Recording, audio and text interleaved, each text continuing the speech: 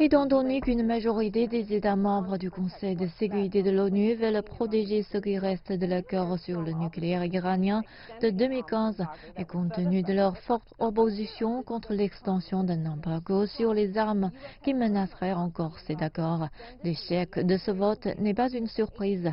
Les États-Unis souhaitaient vivement que l'embargo soit prolongé au-delà de la date d'expiration du 18 octobre, fixée au terme de l'accord sur le nucléaire iranien, révisant même un projet de résolution antérieur pour s'adresser à une partie de l'opposition. Les États-Unis n'ont pas pris cette direction, mais la lutte est loin d'être terminée. Le secrétaire d'État américain Mike Pompeo avait indiqué plus tôt que si le vote échouait, les États-Unis agiraient pour déclencher un retour en arrière ou une reprise des sanctions paralysantes de l'ONU contre Téhéran qui étaient en place avant la signature de l'accord nucléaire.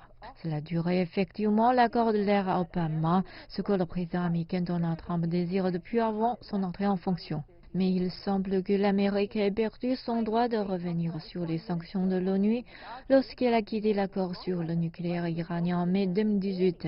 Le ministre chinois des Affaires étrangères Wang Yi a fait valoir que les États-Unis n'ont plus le droit d'invoquer un retour à toutes les sanctions parce qu'ils ne participent plus à l'accord. Le ministre russe des Affaires étrangères Sergei Lavrov a qualifié la menace américaine de ridicule. La Chine et la Russie sont membres du Conseil de sécurité mais aussi signataires de l'accord sur le nucléaire iranien, tout comme la France, l'Allemagne et le Royaume-Uni qui s'opposent à une action unilatérale des États-Unis sur les sanctions de l'ONU. L'échec d'un vote de vendredi ouvre donc la voie à un fossé entre les États-Unis et la communauté internationale.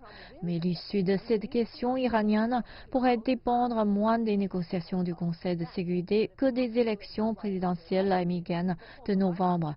Si Donald Trump obtient un second mandat, l'accord nucléaire pourrait très bien se dissoudre s'il ne s'effondre pas d'ici là.